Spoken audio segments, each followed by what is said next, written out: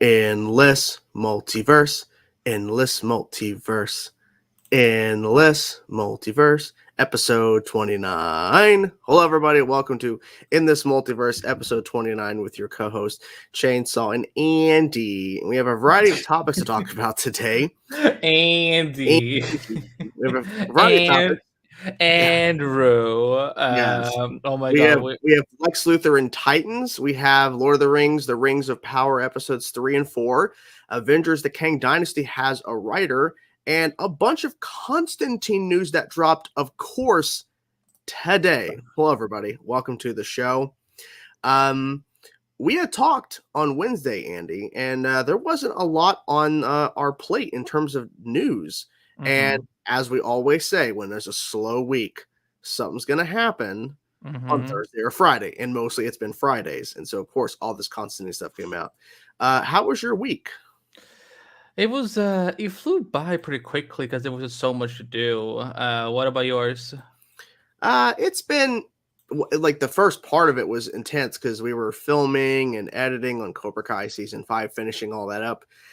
And then I used Wednesday and Thursday to film some stuff, but ultimately take a small breather because it's been chaotic. Like we in a span of 5 days, I had either filmed, uploaded, edited at least 13 videos, maybe 14. Jesus. Something like that. Yeah, it was a lot. So it was definitely chaotic. And Scott has a super chat. Thank you so much, Scott. Thank you, Scott. Kayla Compton confirmed guest star for season 9. You think she's talking more as Flash specific or Arrowverse characters? I haven't seen. Kayla Compton plays Allegra. Okay, confirmed. So she's confirmed there's guest stars for season 9. Okay, if that's true, I will check obviously I'll check her Instagram. Yeah, he'll check it. I'll say this, Scott. If it's true that Allegra's confirming guest stars, it's not too surprising because it's the final season, and this is the last time they could really bring in characters for the show. So it would make sense, but he's checking it now to see if there's any confirmation. So there's an Instagram story where she said she was doing kind of like a Q&A, like a Q&A where you can send a question to me and she will answer on the next story. And she said, "What do you want to know?" And then they said, "New suits, upgrades, guest stars," and she says, "Yes, yes, and yes." Okay, so I'm looking for her other stories too to see if there's anything else. She probably can't reveal too much, but I mean, I'm not surprised that there's guest stars popping up because literally, this is the final season. But thank you, Scott, for letting us know, because I would not have known that. Hello, Fernando. Hello, Charlie. Hello, Triple X. Hello, it's Scout About. Hello, everybody. Welcome to the show. Are we ready to dive in, sir, to these topics? Because we have some stuff to get to here. Yeah, it looks like there was nothing else. Okay. But yeah, it's we will, I mean, it's they always have guest stars every season, so it's like I'm not surprised about that. No. But man, I keep forgetting. I'm sorry, I got distracted about her Instagram because I keep forgetting that because she looks like she's like 19 years old, but she's older than both of us. Mm-hmm. So that's magical. But I'm ready. Let's do this. Let's get into it now. And weirdly, because this episode does have some Constantine news. Constantine, take it away, sir. All right, then. On with the show. On with the show, indeed. Anthony, you better have your ass in here because we're finally talking about Titans season 4. So if you're not here, we're finally talking about Titans. Mm-hmm. So after there was some rumors back in, actually from my good friends over at the Illuminati, reported back in the spring that Lex Luthor was coming to Titans in season 4, and now we have finally received the answers. Titus Veliver, who you may know from Bush, and I don't know if that's how you say the name of the show, but he's also been in the MCU as Agent Felix Blake from S.H.I.E.L.D., and he's officially confirmed to recur as the infamous DC baddie. And here's a first look at him with the incredible Ana Dio as Starfire, and he looks not pleased. She looks like she's about to beat him up, or like, "I'm being very patient with you. So get on with it." But showrunner Greg Walker says the following about this take on Lex Luthor. He has a very sensible and thoughtful approach to evil and power. You know what he's done, what he's capable of doing, except like many of those people, he's personable. He doesn't have a cat on his lap. Yeah, he's curious, which is I think is very interesting about his character. He wants to know about people and what makes them tick and how they're different from him. He sees the world through the lens of both his own power and his own inadequacy and tries to compensate for both. We're really going deeper in all those characters and shaking them up. What shakes Connor up is an identity story. He's explored his Superman self, but he's not really explored his Lex self. What does that mean when you do? What happens when you give that self the key? When you give that self the keys to the car, does it start driving the wrong way at the wrong way at rush hour, 100 miles an hour? And yeah, that's I mean, it seems like it's gonna be in the beginning of the season, but okay. So I know I've been trying to like convince Jordan, like you know him, you do know him, you know him. But are you excited to see Lex on Titans? I like, first of all, when I saw the picture, I didn't recognize the actor, and then when someone had posted on Instagram or Twitter or something an image of him with white hair and clean shaven, where I actually recognize, because that's majority of his work, he's looked kind of similar in a lot of roles. Yeah. I like, oh, him, because I never knew his name. So it's interesting that because apparently when they called and asked him, he said yes before they actually officially offered it. Like, he freaked out and said yes. Big nerd. He has like all nerd. the original like Mark Wolfman and George Perez Teen Titans comics. So he's a fan of the show. So that's good. Yeah. So my issue is I love Lex Luthor as a character, and I know he is going to deliver playing this role because he's a great actor. I know he's going to deliver whatever version they go with Lex, however long of a role he has and how much time he's going to be spending with the character in the show. My issue is the fact that it's Titans. The show has had a lot of problems. It definitely could be a lot better. And the thing is, I can't get excited as I used to anymore for the show, because I was so hyped for season 1. I got disappointed at the end. Got hyped for season 2, disappointed at the end. Hyped for season 3, we're getting these suits. Red Hood's being rushed. That's an issue, but he looks awesome. We're getting Starfire suit, Blackfire suit. I still ended up being disappointed. I want to be hopeful because they have a great actor for Lex. They have Joseph Morgan playing Brother Blood. Like I want to be excited. You're cautiously optimistic. Is that what you're trying to say? Yeah, that's the thing. I don't want to get excited again and get disappointed. I'm definitely going to check out the show. It's not like I'm not going to watch it. I've always had the complaint they keep adding characters when they haven't really developed, in my opinion, enough of the characters already on the show, especially the Titans, because season 1 could have been better. But then, wait till season 2, but then they kept adding more characters, and it's like we're taking time away from the characters we're supposed to really care about, the core team, and they did it again in season 3. So I want to love this show, and it's just not hitting for me. But like I said, he is going to deliver as Lex Luthor. He's going to deliver. He's a fantastic actor, so I know he's going to deliver. But will that be enough? And have they listened to the criticisms for the first 3 seasons and made changes? I don't know. But yeah, how do you feel about it? Well, I knew Lex, like I knew like when that rumor came out that he was coming. I did think it was funny when Joshua Orpin, who plays Superboy, when he came out and debunked like some of the casting rumors for Lex. Like they're like, no, this is gonna age like milk, or so on. But I've always felt like Lex is someone they have to get to at some point because of Connor's presence. Like we need even if we don't see Clark and Connor interact, we need to see Lex and Connor. Like it is because he's been struggling with that identity for so long now. Mm-hmm. That if they never got to it, it would have been like a huge misfire for me.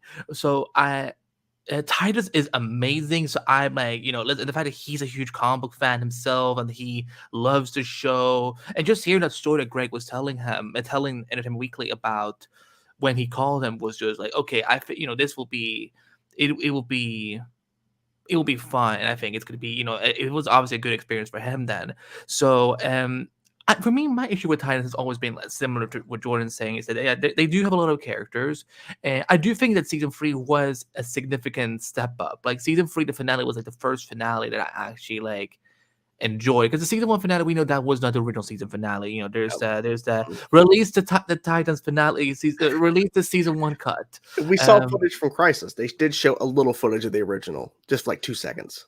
Very. Yeah. I'm surprised they got away with that. But yeah, we know that like Nightwing was supposed to become Nightwing. They was supposed to become Nightwing in the season 1 finale.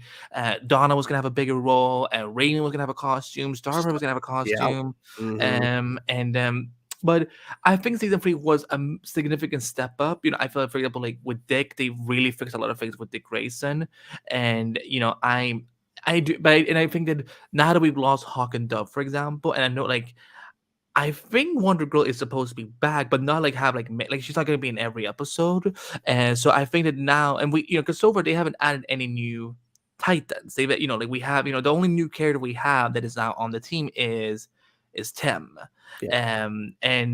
So I think that the Lex thing, I think that's gonna be a good thing, because we know they're gonna head to Metropolis, and I'm excited to see this take on Metropolis, and maybe I don't know. Maybe we will see kind of like, you know, even if we don't see an actor playing Chloe, we will see him fly by quickly and just something like that. That That'd would be be cool. kind of cute.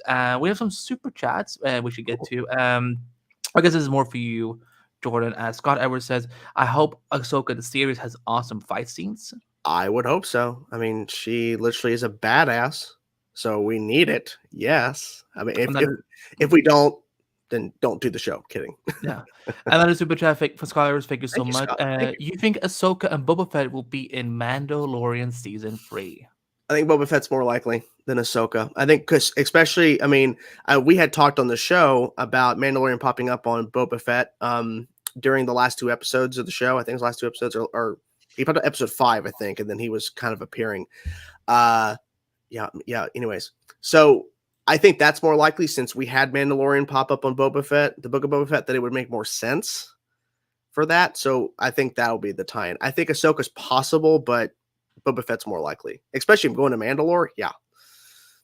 Do you think it's because of the timeline why that they can't? I mean, make it happen? timeline, she could, yeah, because she's popped up in Mandalorian season 2, out to Book of Boba Fett.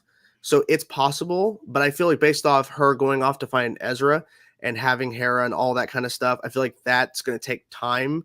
Boba Fett, he's kind of just chilling right now, so I feel like that's more likely. Do you think Ahsoka filmed that? Do you think that the season 1 of Ahsoka filmed out around the same time as Mandalorian season 3? Maybe that's why they couldn't. I mean, yeah, because she could pop up. I mean, I Okay. wouldn't be surprised, because literally we didn't hear a peep about her being in Book of Boba Fett. We heard about the rumor that she was cast in Mandalorian season 2 forever, but we didn't hear a peep. And then when she popped up in that episode, it blew everybody's minds, because we didn't hear even a rumor. At least I didn't hear anything, and many people didn't hear anything about her being in the show. It was a surprise. So they could keep it secret. She could pop up. We have a super from It's Scout About. Thank you so much. China does the opposite of what It's Scout About. China does the opposite of what Doom Patrol does. It was too rushed and expansive. I haven't seen Doom Patrol. Like, I stopped after episode 3 of season 1. I don't know. All I know is I do agree with Titans. They do rush a lot of stuff, and they do expand way too much without really giving the time to characters. But that's just my perspective. You know, there's people that love this show, and that's really fine. You know, I'm still a fan. I'm just not over the moon like I want to, like with Flash and Arrow. Like, I love those shows. I want to love Titans. But yeah. We have another super from Scott Edwards. Thank you, Scott, so much. Thank you. I still say they can bring Sarah in for season 9 without addressing the Legends cliffhanger. We already know from Earth Prime Comics she gets out of jail, but here's the problem. The problem with doing that is the fact that not everyone has read that comic. So in their mind, the last time they saw the Legends was on the season 7 finale of Legends. So for them, they don't know that, oh, there is this, you know, backstory now of like, oh, they kind of, you know, like, you know, clean it up and whatever and so on. And the thing is, that comic doesn't really do a lot of favors for season 7 of Legends. So I would say this is that at this point, if you're gonna do anything with the Legend, you have to bring all of them in, because you know that fandom is gonna lose their shit if Eric Wallace and the Flash writers only give the Legends like one episode and a quick line of, you know, oh yeah, here's what we did to break out of prison, you know, time prison and so on. They're gonna lose their shit. And the thing is, I had this argument on Twitter with a lot of people who are saying that Flash somehow should, use episodes. Here's the thing: we don't have 20 episodes anymore. We don't even have 18. We have 13. We don't have time to waste any of our episodes on any other show that needs wrap up. If Sarah were to come in, it would only have to be to service Barry's story. Yep. Like she cannot be like there cannot be any character development for her. There cannot be anything about like, oh my god, I'm having issues with my wife over there and so on. Like, there can be nothing that focuses on her storyline. She can only be there to service Barry and the Flash, the show's overall purpose. Because this is the final season. I don't give a shit about any other show at this point. Like, if I would love to see characters come on, but if they do, they have to be there to basically what they did in Armageddon. Mhm. Except for like Ryan Joy having his like love dilemma or whatever and so on, because that was like, random. why are we doing this? Why are we Yeah. doing this? What is your response to this, Jordan? Yeah, I mean, if they to bring her in and says Earth Prime or she's already in jail, they would have to still address it on the show. That's taking time away from the story. I know, like, oh, they're throwing a quick line. There'd be a lot of questions from people, like, wait a minute, like, Mhm. so wait, where's everybody else? And she's by herself. Like, why is she here? Like, what is her purpose of being there specifically just for Barry? What about Booster Gold? What's happening with all that? Like, even though I don't care what's happening on Legends, people are going to be asking the continuity questions. Like, okay, so why is she by herself with like what story purpose is she serving with Barry? Like, what exactly is she doing? I know that they had started to connect and Crisis after Oliver died, but we haven't done any of that since. And I know COVID protocols, so they couldn't. But she wasn't even in the Armageddon crossover. And I don't know if she was asked. Don't know if there was scheduling conflicts or budget. I don't know. I'm just saying she could have been in that and she wasn't. So Yeah, but that's also because they were filming season 7 at the same time, so that would have been and that's fine. It's just that her being in the show, I don't think it really benefits the storyline because, like you said, it has to benefit because Armageddon was a Barry Allen storyline that had guest characters and the timeline jumping ahead and everything, and of course, Eobard changing the timeline and everything. It makes sense why there's certain characters appear. That's why Ryan Wilder was there. It makes sense because we jumped in ahead in time, and Eobard made himself Barry Allen. So story-wise, it makes sense why we have these characters, and that's why Black Lightning was there in the hall. That's why he was there, because serving Barry's storyline, not serving Black Lightning's, which I understand you want to do that because it's that character. He's had his own show, and Sarah in this case, she has her own show, but this is the Flash. This is not a crossover event where they're telling an individual story that's infecting everybody. This is still the Flash that is bringing characters in. Versus to add to that, by the way, that's why Eric Wall was stressing so much. That's why, and I feel bad that people were actually like mocking him for it. That when he was like, "This is not a crossover," because this is the point he was trying to sell it on. Like, this is Barry's story, and in the end, it's again, we will see what happens in season 9. But again, it's like, at this point, I wouldn't hold your breath for Sarah showing up. I think if anything, we will see. I think someone like Tyler Hoechlin or Chris Williams or Melissa Benoist or people who kind of like are what they are can do it. Like, I think even Javisha Leslie could show up because her show didn't end on a major cliffhanger. So with Legends, I think sadly you will have to take a look at those showrunners of Legends and see that they made a mistake with this finale. And we have one more super chat. I'm going to jump forward. Let's see. It's another from Scott about. I haven't finished season 3 of Doom Patrol and Titans because they have so much pacing issues in mind. I've heard Doom Patrol's good. Like, I've heard it's been good. So season 3 is one of the better seasons. Also, like, I mean, they keep getting better every season. I would say Titan season 3 is out of the 3 ones. I do like Titan season 3 the most, and then it definitely is I think the best.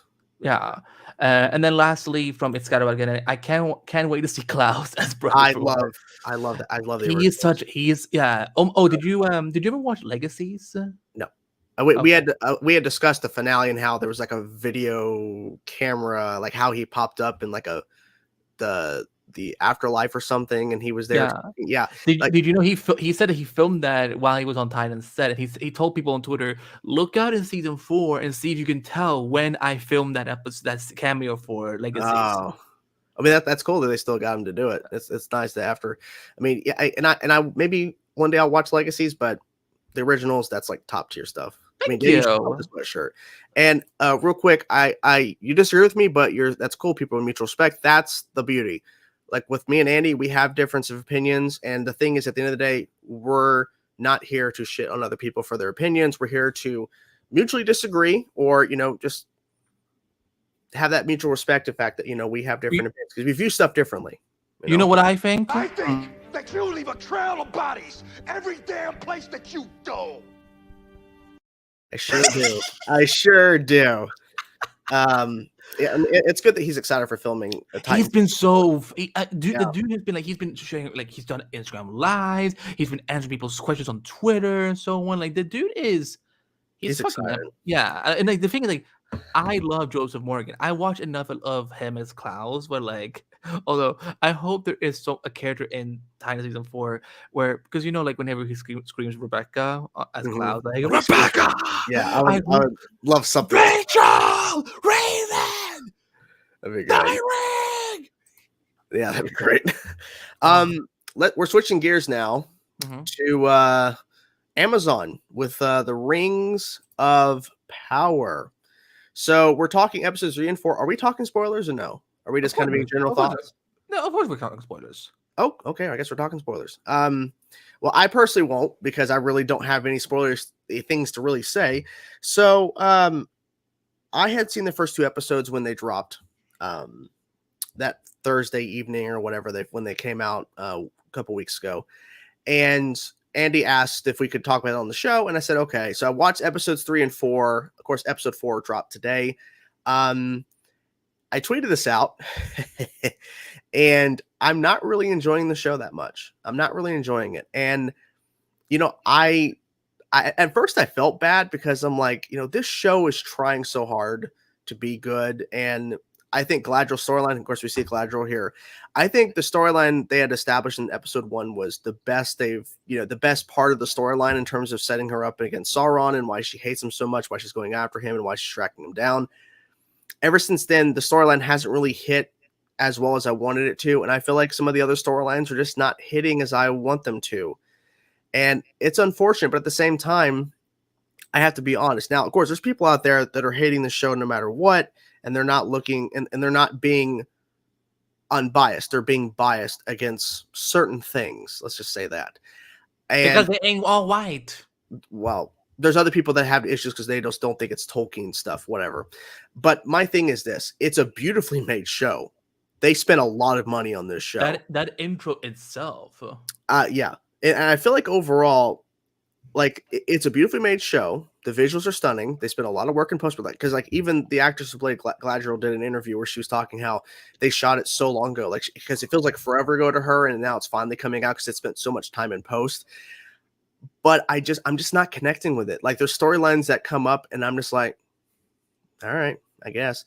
And we're halfway through season 1, and I'm just feeling like we haven't really gone.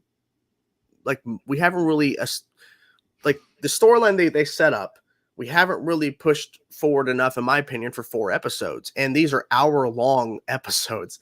And I honestly, if he wouldn't have said, let's talk about episodes 3 and 4, I wouldn't have watched them. I wouldn't have watched. Maybe at some point I would have, but I had no plans to watch them.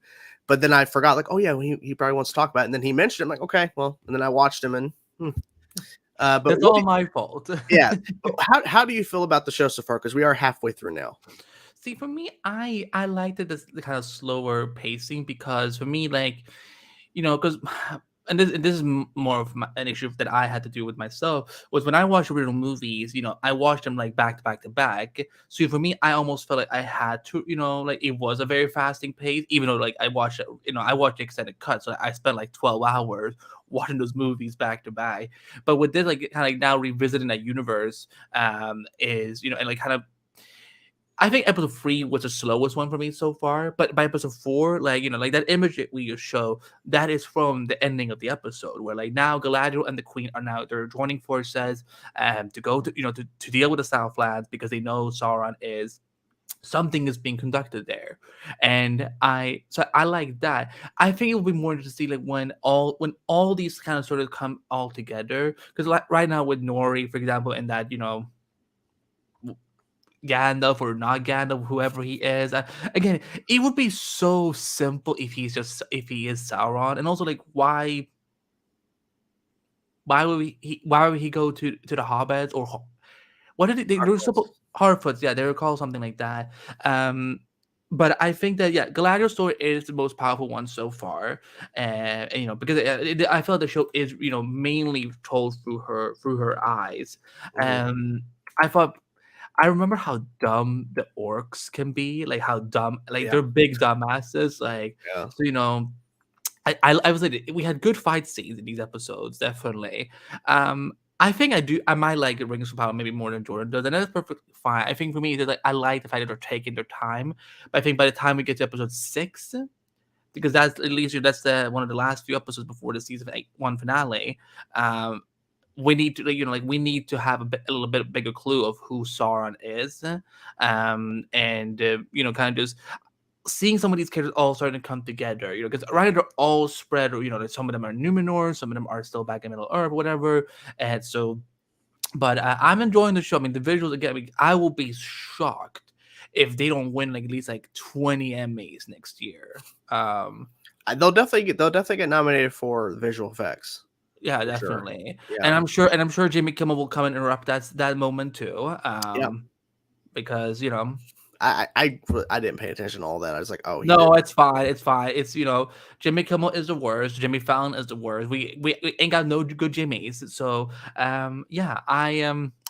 What is Galadriel will win something, and then and then both of them come interrupted. So, but yeah, Thank you. I don't know.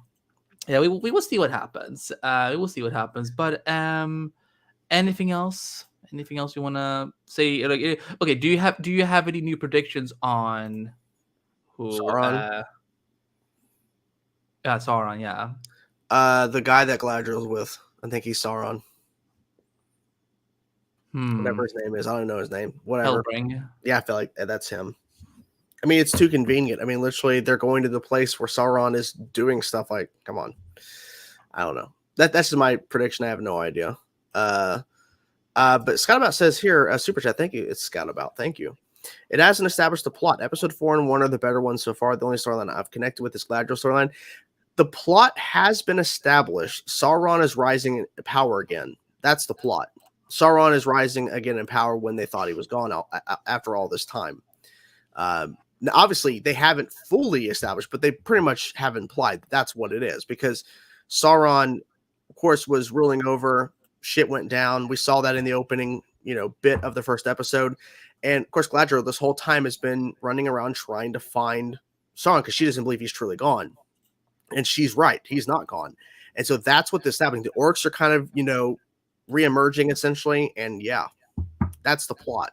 But I think, like he was saying, once we start bringing the different storylines together, when everyone starts to connect, that is when we'll actually see the whole point of the show, I think. Because right now it's kind of like, okay, so everyone's kind of separated. There's some interconnected stuff, but they're not connecting it. It's just like when I was reading a book, I finished, it took me a while, called The Starless Crown. It's the first in the series. We had like 3 or 4 different storylines going on, characters in different areas, and they finally converged in the 3rd act of the book.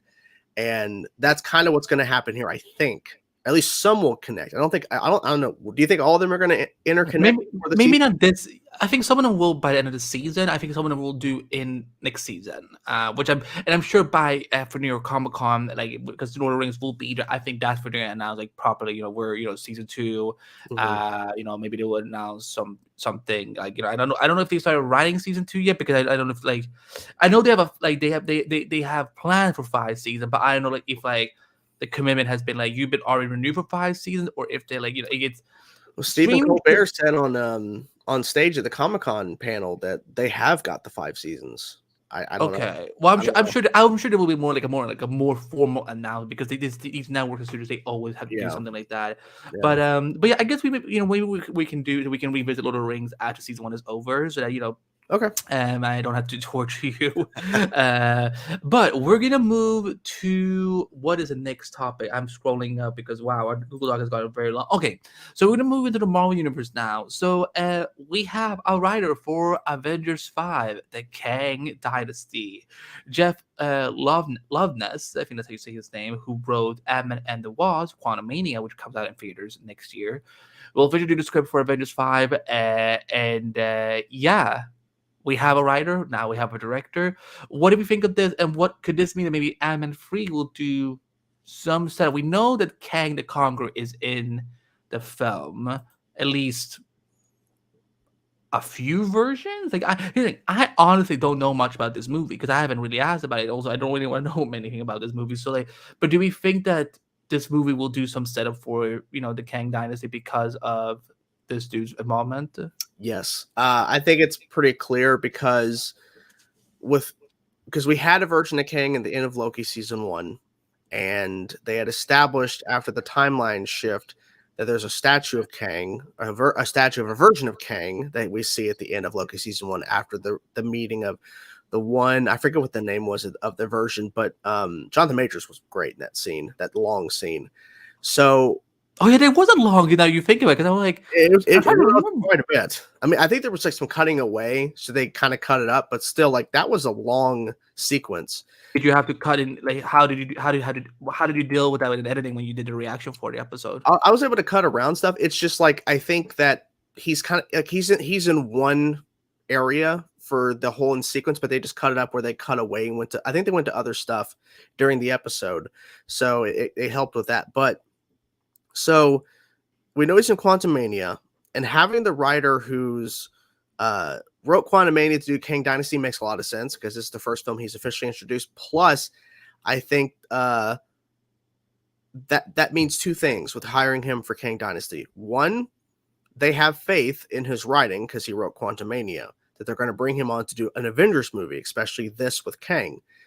And two, there has to be direct ties in because he established things in the script that are going to pay off in Kang Dynasty, I'm guessing. So it makes sense. Oh, joined by Jake. Hype train. Exactly. Thank you for being here, Jake.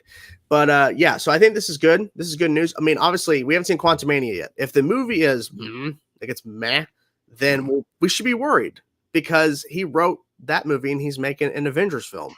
But look, they don't make this choice lightly. Like they got the writers who wrote Captain America: First Avenger, of course, Civil War, Winter Soldier to do Avengers, Infinity War, and Endgame. And those films, especially Civil War and Winter Soldier, were awesome. And they did a great job with handling a lot of characters and telling a great story. So it makes sense to pull them. So I'm hoping this is the same case here where he wrote a great story for Quantum Mania, handling a few characters, and they're trusting him handling all these characters, whoever pops up.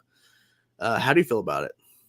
Yeah, I mean, I haven't been a big fan of the Ant-Man franchise, because I was always in favor of Edgar Wright's vision of Ant-Man. So, but this does make me a little more excited for the third film, because if they, if he did a good job there, then that has to be what led to him getting the gig for this one. It's interesting they're only doing one writer this time. It's interesting, like. Yeah, I wonder who they're going to get for Secret Wars. That's the question. Well, I know, I know that because they're going with a different director for Secret Wars, it wouldn't shock me if they get a different right. Yeah, or if Jeff will be the one that kind of serves as a bridge between these two films, but just with two different filmmakers. That'd be interesting. I guess it would depend on what Secret Wars. Because I doubt Kang's in it. I'm not gonna be wrong. Kang could not be in it. Well, see, this is what's so weird about it, because I feel like he's supposed to be in both, and that like I feel like this is our Thanos. This is our Thanos for the multiverse saga, and then we will see what whatever they do for the next saga and so. But I thought this is like this, unless they introduce someone else, Doctor Doom. At this point, I don't think he's big enough to justify like the. Yeah, I mean, it would also make sense because Secret Wars is a multiverse story. Yeah, and you could have multiple Kangs. So. I think they're going to do that. I mean, literally, R points out here that his appearance in Earth Mightiest Heroes, in that Kang arc, we got to see like different versions of Kang show up when he was imprisoned for a brief scene. So I feel they could do that. I think they could get Jonathan Majors to play a version of Kang, another version of Kang. They could get maybe somebody else to play a version of Kang. Like they could really like do some weird, trippy stuff, and that would kind of make sense. Having multiple Kangs in different timelines, fighting different versions of heroes in the Secret Wars, that'd be. Wait, you mean different Earths? Well, yeah, but like I'm saying, like it also could be different timelines too, because Kang is a time traveler. That's true. So I feel like they could do multiple Earths, multiple timelines. Like Kang could go back and fight Captain America, Steve Rogers. You know, they could get Chris Evans. He could fight him in the 40s.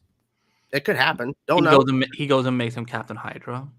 Oh, see, there's so many things they could do. I do as I would love to see that just for the absurdity, because like that story is horrible. Yeah. And I'm only bringing it up because literally in Earth Minus Heroes, we see where we've already seen where Bucky and Cap go into the Hydra Tower and everything kind of happens. And we see it again, but from Kang's perspective watching them. So that's kind of where the idea came. Did they do an ad? Because I know that there's in the comic there is a story called the Kang Dynasty, or Kang. They just call it Kang Dynasty. Yeah, it's a story. Is that what the show did?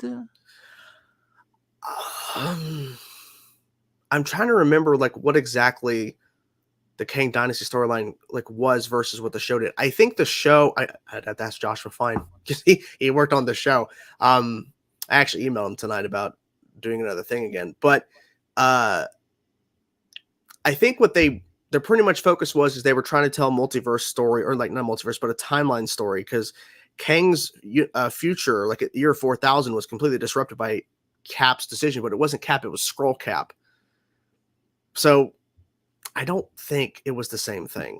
Maybe somebody in the comments would know. Yeah. They should go back in time and make sure that Inhuman show never happened. Thank you. Aiden, thank you. Can't wait for Ant-Man and Shang-Chi to... Yeah, I mean, I'm waiting for Shang-Chi to meet more people. That's what I'm waiting for. Come on. Oh, yeah, man. Secret Wars is more of a Doctor Doom story. Yeah. I just think... I think this version of it will be different, though. Like, I feel that it will... I'm sure Doctor Doom will be in... I'm sure he will be in it, but... Or here's the thing. They haven't even started writing Fantastic Four yet, so I don't know like what villains they're gonna use. But it wouldn't shock me if he is in the film. But again, I think Avengers: Secret Wars is not gonna be entirely like the comic. It's like the same thing. Infinity Gauntlet wasn't the same thing as Infinity War. Yeah, so, very different. Very different. But yeah, I guess we will. Sorry, I'm just gonna turn off my. Oh, well, also too, like if you look at Infinity War and Endgame, like. Very different storylines, because Endgame, like I think there's a storyline Avengers Endgame. I think there's like something called Endgame in Marvel Comics. Not even close. In like the second Avengers movie after Infinity War was a Thanos story. You know, it still was a Thanos story. So this might be following the same route where people are, oh, Secret Wars, oh, Doctor Doom, but he may be in the movie, but it might not just be what we think it's going to be. So. I think Secret Wars. I think it's gonna. Wait, is it Secret Wars? Secret Wars. Secret Wars. Okay, yeah. So I think that again, I think what Kevin Feige and the Marvel Studios does well is that they like even when they take these titles, they don't exactly make them with the comics. I think it's, you know, it'll be fun.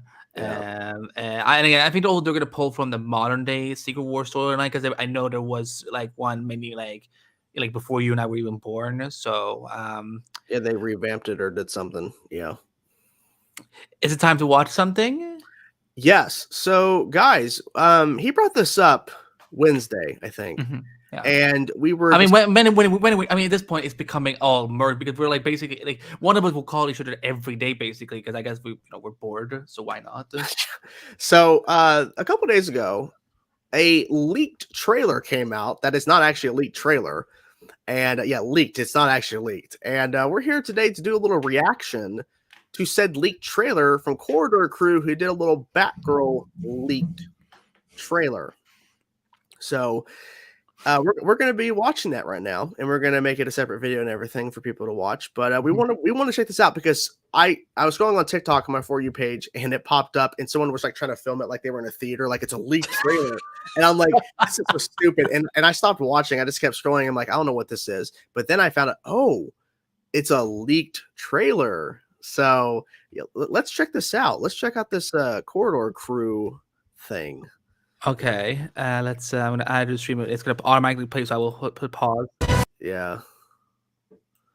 Okay, so here's our trailer for this leaked trailer for the Batgirl movie. Let's do this. Oh damn, that was kind of good. Well, I like that. This isn't just some random murder. It's an extermination. Dozens of witnesses all over Gotham. No discernible pattern I can see. When the streets burn with the corpses of our Oh, I favorite think it's from heroes. Gotham actually. Yeah. Yeah, they're already using some Hello, Gotham. Batgirl here. her I hand. love that. Line must be stopped, but I can't do it alone. I don't exist. I'm not even here. Get it together, man. We're all that's left. He looks so right good. here, Why would That he was be good. sitting the down? universe needs you. Everybody's got a mask on. Whoa, You got one. that's Every good. now and Yeah, then, it slips a little bit. I think they just like Oh, that was Photoshop nice. or CGI. Evil must be punished. $90 million up in flames! Wait, what? Okay. If I was just a decoy, but if not him, Wait, what is happening? We're the Warner Brothers. You're a write-off! Oh. You're right off. Because I heard the guy say $90 million. I'm like, I was like- wait, what? wait. Was that the budget? Oh Dude, my that was God. the Warner Brothers. That's the $90 write-off. Wait a minute. Let me. I'm not gonna turn off the volume. Hold on. Let me. I want to see what it looked like. We are the Warner Bros. Oh my God, it's the Warner Brothers. Is that David Zaslav in the front? Who's behind him?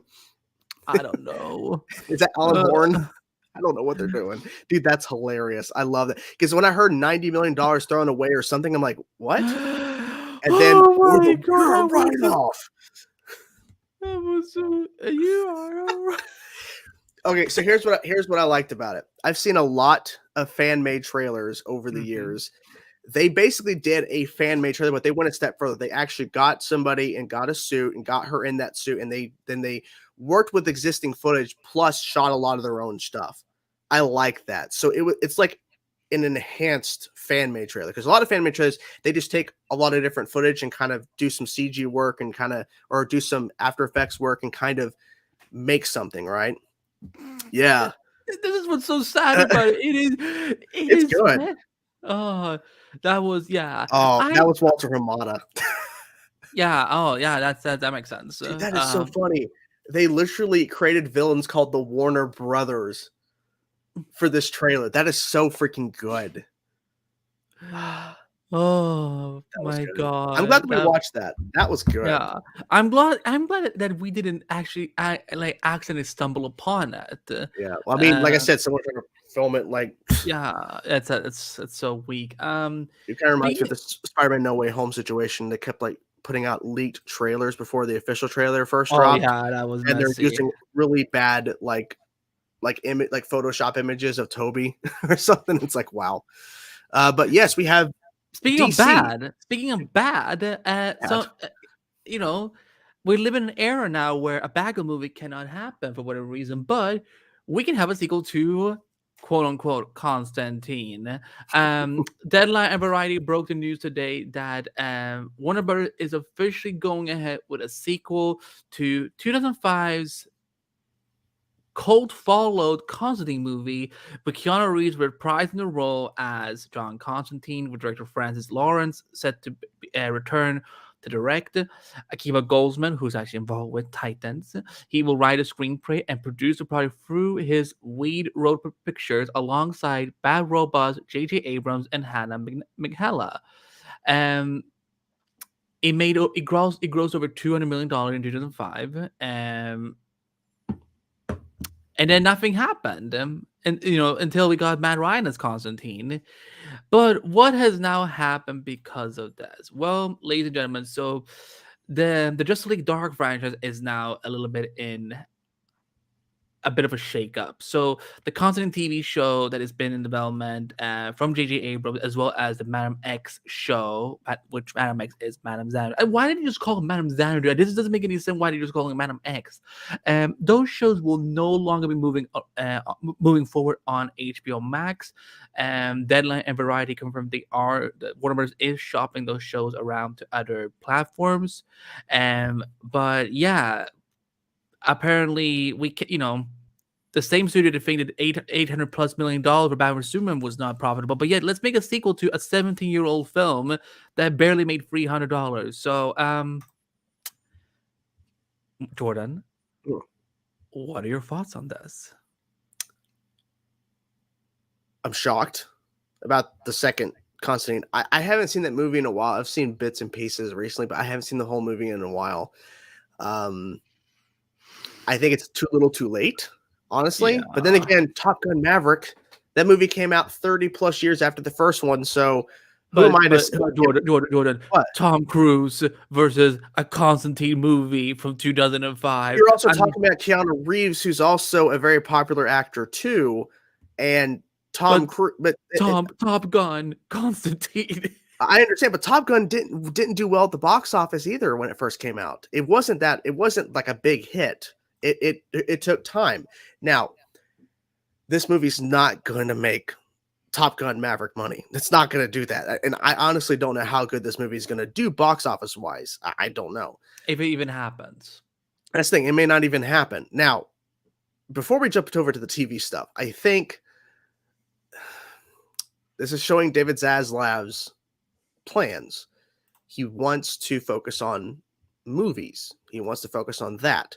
Yes, you can literally at least they're not axed completely, but he's always said that axe every single time. However, I keep flipping back and forth. But I think this is definitely an interesting direction. I honestly, because there was rumors that they were wanting to do this for a while, but it just never came around. So I thought this is never going to happen. Oh, you know what's funny? Because Peter Stormer, who played, was in the first movie, he had gone around like that's where it started because he ran his mouth, being like, "They're doing a sequel." I mean, they may have been discussing it, but yeah. So the TV stuff with the Constantine show and the Madam X whatever show is not moving forward to HBO Max or shopping it around. It just goes to show David Zaslav's strategy, and big air quotes around strategy, of what content he wants for the platform. I'm telling you right now, these shows may end up either at Netflix or nowhere. I don't know about any other they might go to Apple, but I'm thinking with Netflix getting Sandman, and with Netflix having a pretty decent relationship with Warner Bros., it seems over the last number of years, obviously with Discovery taking over, it may be a different relationship. I don't know. But I could see Constantine going to Netflix. I could see it happening. Madam X, I don't think that's probably going to end up anywhere. I could be wrong, but I would think Constantine has more of a shot. But that's just based off the character's popularity. It's definitely more likely Constantine would end up somewhere versus Madam X, even that's weird. I don't know why, like I said, why are they calling it that? But they just goes to show that Zaslav just doesn't want to do DC content. I'm telling you, like, he just doesn't want to do DC content for HBO Max unless he can guarantee it's going to be successful. And so even though we haven't heard anything, I'm more worried for Green Lantern. Like, I know that they're still working on it, but I'm just saying I'm now more worried. The scripts are pretty much done at this point, and they are. I mean, the Green Lantern, because that one, like, I feel is more stable because there's more brand recognition in that. But like, and also, guys, if this is what he's doing with HBO Max, don't think for a second that he's somehow going to start investing more into the CW. So it's like, enjoy Superman Lois and Star Wars while you still can. Basically.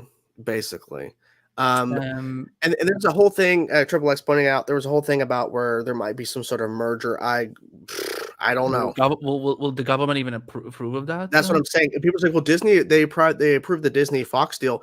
That took a long time to get that approved. Yeah, they announced it in 2018, 19. Yeah, it basically spent months with the government to go through everything. And someone had commented back when I said this is unlikely to happen, and they said, "Well, what the Disney Fox thing? Yeah, but you also got to remember that it really depends on a monopoly situation, how much IP would the company as one, how much stuff would they actually own after the merger? Because if you have too much control of something IP wise, it's a monopoly. It can't happen. So I'm honestly, even though I'm excited that X-Men or Mutants and all this stuff is back at Marvel and Disney, because Disney, I mean, they put out that pre-movie with the Predator franchise, and apparently it was really good compared to other Predator movies recently.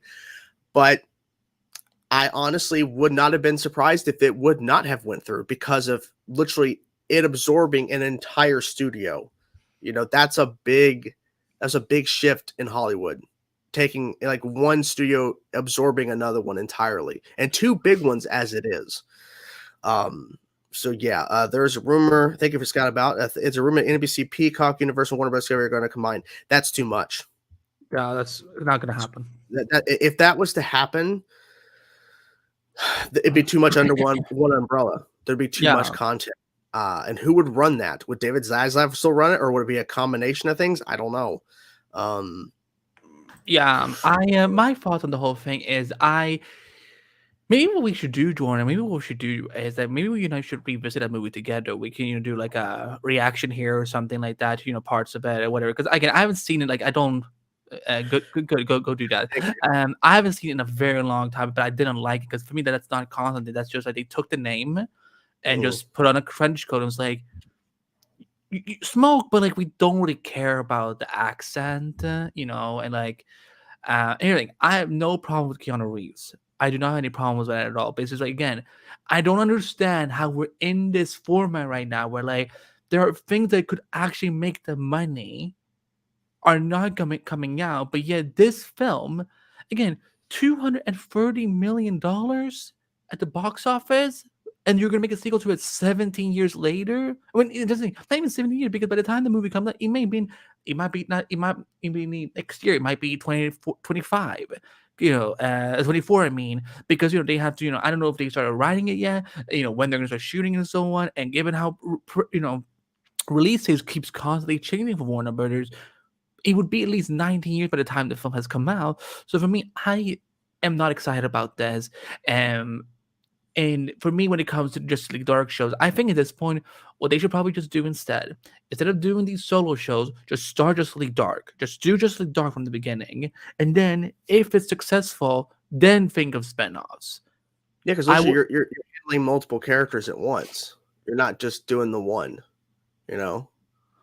Yeah, and I think Justice League Dark will still have it because of Justice League. That's IP worthy. But I think that instead of doing these separate shows, start or watch as I will eat my word, and they will start Justice League Dark Universe through the Constantine sequel. It's possible, dude. It's possible. It is interesting that J.J. Abrams and Bad Robot is involved with this one. So like, I wonder if there might be some credibility there. Like maybe the Satana movie will be connected to this Constantine movie or whatever. So, but it's a dumbass move. I just don't get. Don't say it can't be that bad. Come on. No. It's that thing. And hopefully, maybe they will learn from their mistakes with the first one. That's my hope. Because Keanu Reeves is a great actor. I love Keanu Reeves. But I'm just like, I'm tired that, we're getting a Joker sequel. We're getting now a Constantine sequel. We can't get the Batgirl movie. The Snyderverse would have made so much money for it. We can't get, we're losing all these shows on CW. We're losing things on HBO Max. Like, I'm just curious about what the direction really is here and so on. So, I mean, the question is too, like, if it's true about another merger or Warner Brothers being sold again, like it would take some time. It would take time, but obviously it's like, once again, all this stuff was cut, all this stuff was tax write down, all this stuff was removed and gone from existence just for it to be sold to somebody else. It's like all these decisions, because right now Warner Brothers Discovery is in a very bad spot financially, because there's all articles keep coming out about how bad it is right now for Warner Brothers Discovery because of all the decisions they've been making over the last number of months. And it's just not looking good. But I don't know. I don't know. Someone wants to talk about She-Hulk because we did. Did you see She-Hulk this week? I did see She-Hulk this week. So, Yeah. oh, sorry. So Naruto, thank you for the super chat. So with She-Hulk, I'm surprised no one tweeted because I said that people usually tweet out their thoughts after an episode when I wake up early to see if it's worth getting up and actually staying up to watch. But yeah, no one tweeted about the ending. Like, even though obviously it's a spoiler, but no one was feeling like, oh my god, this episode of She-Hulk. I think it's because the majority of it was okay. You know, I mean that ending is like, like it's a good tease. Yeah. I think it's a good tease of what's to come. So I'm excited for my daddy to show up on that show.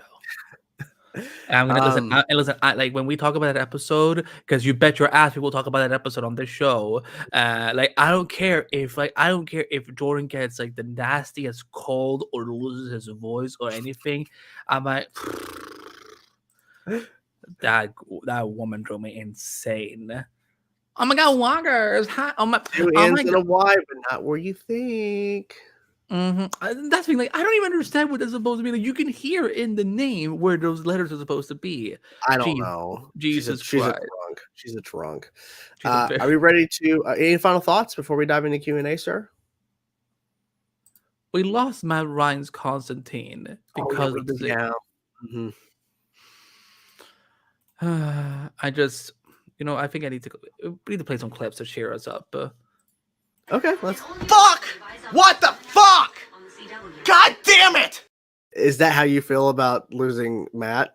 Yeah, this is how HBO Max is looking at me right now.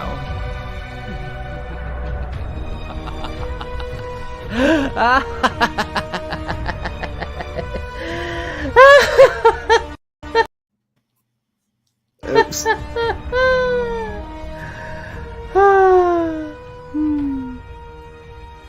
Well. Because we mentioned She-Hulk. I'm 10 steps ahead of you, and you haven't even figured out what game we're playing yet. You don't even know. And he the was thing is, so adorable as like he was, because in the episode he's like trying to get these like Iron Man sneakers, and I was like, he is so adorable. Well, it's like, so David Zaslav, he's like, hoping that all these things are going to work out, and then he's seeing all the backlash, all the articles, and how the company's failing, and this is his response when he walked into the office after seeing all this shit. This is a complication. Because he just killed so much shit, and now it's not working at his benefit. But you know how he said that he had plans to protect the DC brand. Obviously, this particular comment didn't age too well. And while all this is happening, Riverdale's over here like, that means you haven't known the triumphs and defeats, the epic highs and lows of high school football, but you will. It's a Slade's stupid son. Stupid. We're just diving into Q&A. Just ready to just get into it. Wait a minute. Oh, what happened? Yes, you did. The fuck? What you gonna do about it, huh? Nothing. You're gonna take on Godzilla Speed. Yeah, Andy should be the Joker. Yes. Let's just dive into Q&A. Q&A. Ask us questions, or we'll fucking leave. Please, no. I don't want to be Harley. As for the Harvey Quinn. Why is it Harvey Quinn? Harry Quinn. This fucking chair. I gotta fix this chair. Well, we can start with this. I know you have had. Let's hear opposite of Prometheus. Not 10 steps ahead. We revive Prometheus and we let him run Warner Brothers. There you go. Yeah.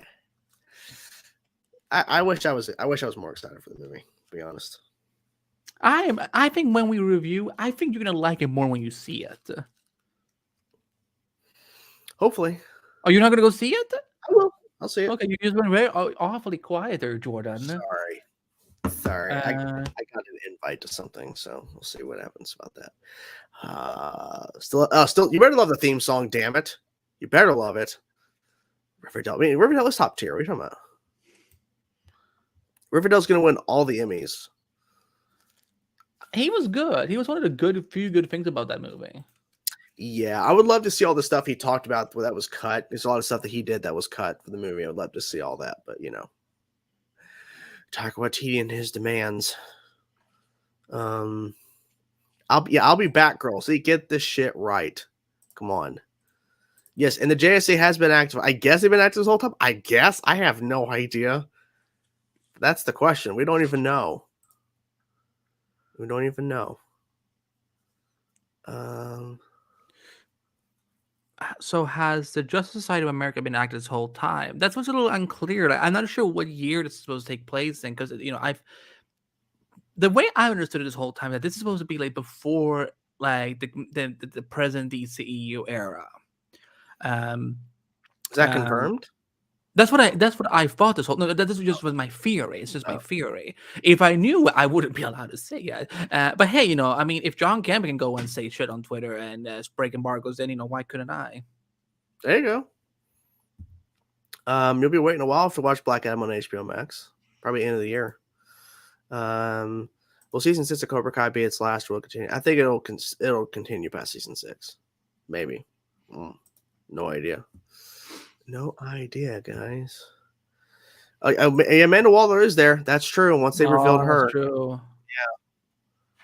Yeah. I would love to see us as the villains for Batman. The Warner Brothers is the villains for Batman too. The Warner Brothers. There you go. See, the Warner Brothers, they're here. Do you know Zack Snyder's Teen Titans Go episode aired? I'm gonna watch it later. That's the only time I will watch that stupid show. Who do you think will the eventually new Avengers will be? I wouldn't be surprised if Carol leads them. Yeah, wouldn't be surprised. I hope she does, just to shut up those nasty little fanboys out there. No, but also I think she's the more obvious choice. I think if we hadn't lost Chadwick, I would have probably seen T'Challa be the new leader. Because none of them remember Spider-Man anymore. He can't be the leader either. Also, but this Peter Parker is so young that I'm like, I don't know if it would have worked either. But I think Carol would be awesome. Or like maybe like if they have a new trio, like kind of like Cap 4 and Iron Man, obviously Captain Marvel,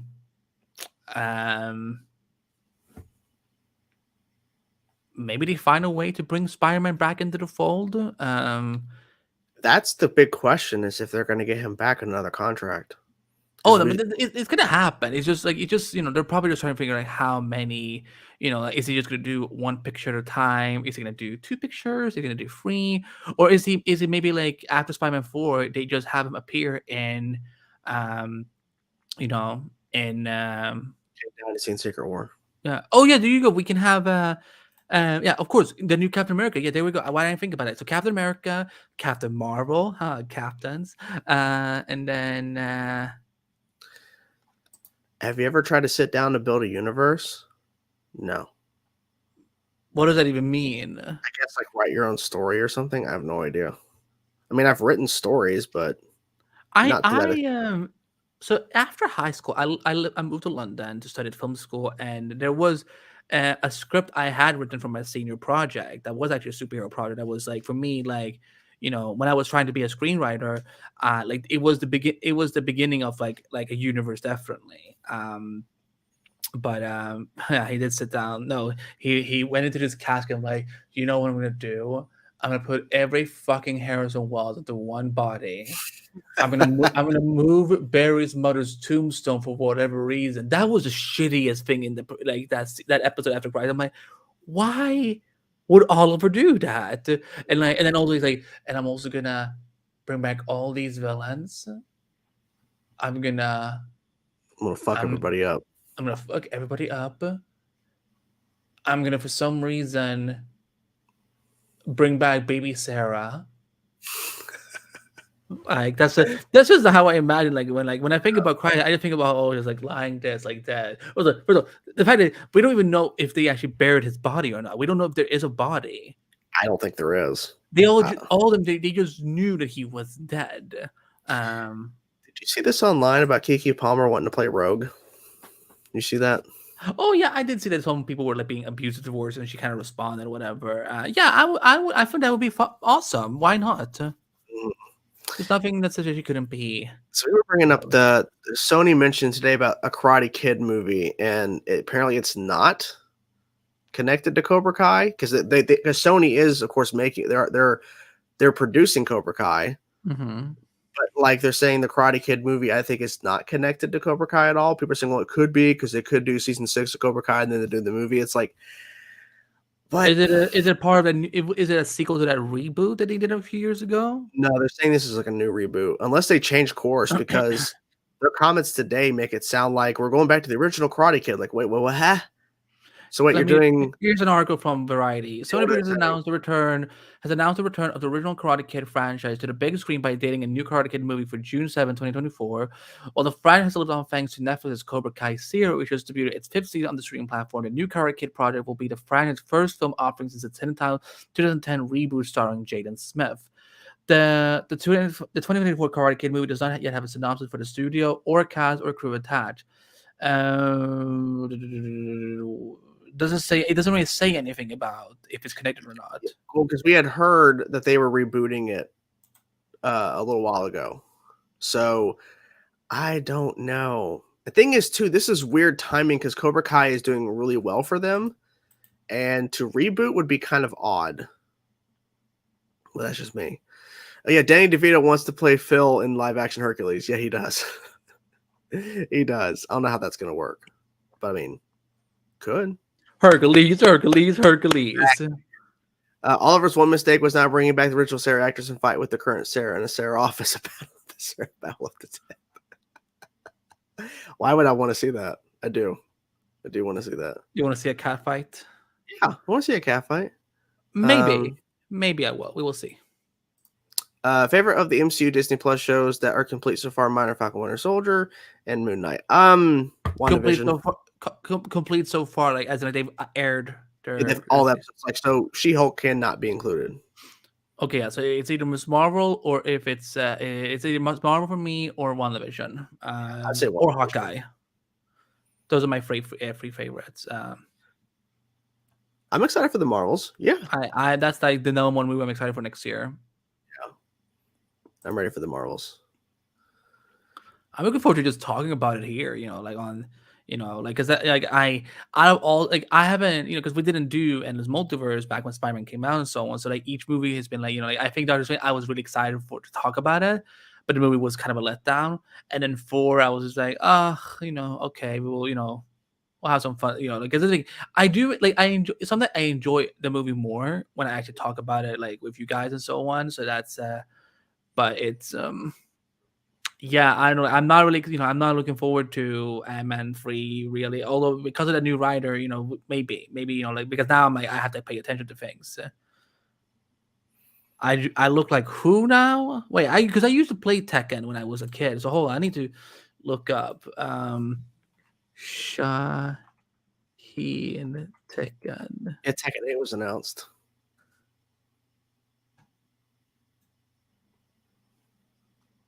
I mean, sure. No, I do not look like them at all. Like, hold on, I will share your photo with you. Actually, I mean, I'm just saying, is it a hot take to think that Falcon and Soldier favorite show? No, I don't think so. No, it's fine. Oh, not a hot take. I think it was a missed opportunity. But it's not a hot take. It's got about thanks for sticking around for an hour. Thank you. Sleep well. Sleep well. Luca Ahsoka. Thank you, Scott, for the super chat. Luca Ahsoka would be an amazing friendship. I mean, we did see a little bit of it in Book of Boba Fett. Where do you see me looking like him at all? You got a little bit of a beard going, maybe. It's just I haven't had time to. Don't shave. Let the beard grow. I don't know. No, I cannot. Not. Be cool. Oh, you got that mark on your eyebrow too, and same eye color and nose. What mark? The mark on his. Yeah, see the mark on his thing. Yeah, it's perfect. Perfect match. But also, I'm like, we don't look anything alike. Like he's also. I think they literally just took a picture of you and just made it into a character. I mean, he's a lighter skinned brown person. Also, I think he's Arabic, not Persian. So I don't know. I've been lurking in the BG. What's the BG? Background. Oh, Oh my God, Jordan! Stop being so fucking old. I don't know what that means. I I'm don't kidding. fucking I'm kidding. know. No, I'm kidding. I didn't know that either until like 2 years ago. Jesus. I'm kidding. I'm Jesus. kidding. Jesus. I'm kidding. I haven't heard anything about the Tekken anime. I've heard nothing. I know it's out. I just haven't seen it. Oh, it is out. Okay, I thought like it was coming. Yeah. There's too much stuff. Andrew, that is literally you. No, it's not me. Yeah, it's really Andrew to a T. I don't know what you're talking about. Stop saying that us middle Ethan look the same. We don't. You guys don't? Kidding. JK, LOL. Well, us all of us white people look the same. I mean, you do. Yeah. Some people said that. See, Some people said that me and Shelby look similar because we have glasses. Oh my God. Yeah, people are stupid. People are really fucking stupid. Also, if they look similar, and you're trying to suggest that they are like siblings, I mean, no, that's type of stuff would happen on Riverdale. She was 12 hours away when we first met. Our history, our background are so vastly different in terms of family history. There's no way. But literally, you see a picture of my mom, there's no denying it. I'm literally her as a male. It's crazy. So, yeah, no. Yeah, no, they don't. I'm not gonna say that. You and Shelby don't look anything. That's what I'm saying. Some people have said that before. Like, hey, you got, you're good. It's like because we have fucking glasses. If I took my glasses off and we were standing next to each other, people like, yeah, okay. Ghost and Shane, they don't look anything alike. I've seen photos of them next to each other. I've talked to her, and she doesn't look anything like Jordan. This is okay. We're moving on. This is just weird. And again, being a reboot, what are things you'd want done differently or the same thing? Well, I don't know. I'm hoping they bring back the cast. I mean, we're already bringing back Vincent D'Onofrio's Kingpin. I think we need to clarify that comment though, because he's saying because Charlie Cox said it's not season 4, so I guess that's where it's kind of coming from. Yeah, I'm thinking about it this way. Okay, so think about. Did you ever watch Heroes? No. Okay, so for people who in the chat, you will probably understand what I mean then. So a couple years ago, Heroes came back not as season 5 because they got canceled after 4 seasons, but it came back as a limited event series called Heroes Reborn, which is it is tied to that franchise, it's part of the same universe, but they were doing a lot of their own new stories.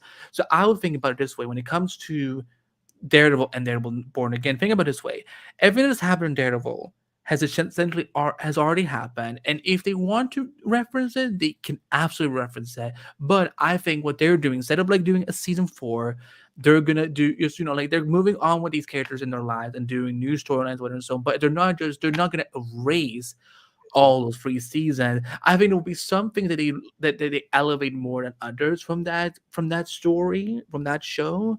But like it's not like a complete, like it's a soft reboot is what the best term to say it is. That they're gonna they like in their mind they will never say it's maybe in retcon, but like but something maybe like they're just not gonna acknowledge as much. Like maybe they don't even acknowledge much of the Defenders show. So like maybe Elektra does show up and like they don't really touch upon it, yeah, but yeah, because if we're doing a reboot, yeah, there you go, because if they're doing a reboot, then I need them to fucking erase Karen Page from the Daredevil. She's one of the worst characters on that show. Fucking hate her.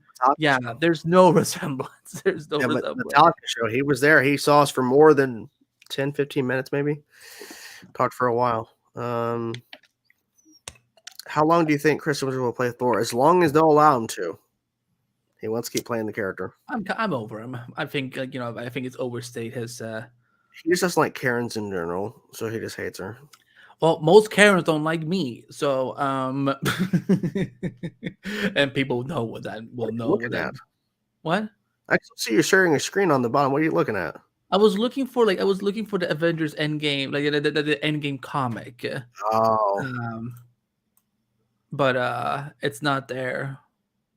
Yeah, that's what really frustrates me at times is that there's stuff on Wikipedia that should have a page that does not.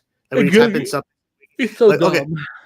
Okay, so that's not on Wikipedia. But you know what's on Wikipedia? My father. You know how he's on Wikipedia because he made his own page. So there's that. So That's ridiculous. And Avengers forever. I know he did because because Wikipedia tracks IP addresses. It tracks his name on Wikipedia as the person who kept editing it. I'm like, this is sad that you made your own Wikipedia page. Ugh. Stupid. Oh yeah, we did bond. However, Cage the Elephant was terrible, and they were bad. Ugh. I have no idea what that is. So we had two opening bands for Metallica. So we had Greta Van Fleet, awesome. Cage the Elephant next before Metallica. Cage the Elephant was not good. No. Oh my god, it was just so tedious to listen to them because every single time we think they're done, they keep going. I'm like, get off the fucking stage. What's your favorite Thor villain? Loki, Hela, or Gore? I would say Loki. I think it's pretty obvious, but I like Hela. I did like Hela. I did like her. It's not tough. Those three are really good, but probably Loki because he's the first one. Yeah.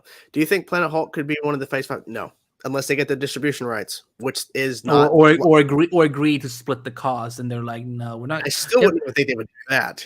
Like they're very. Kevin Feige is like Scrooge McDuck. He loves to swim in a little pool of money. He needs money. Yeah, if anything, they could do it as like a season 2 plot of She-Hulk or something.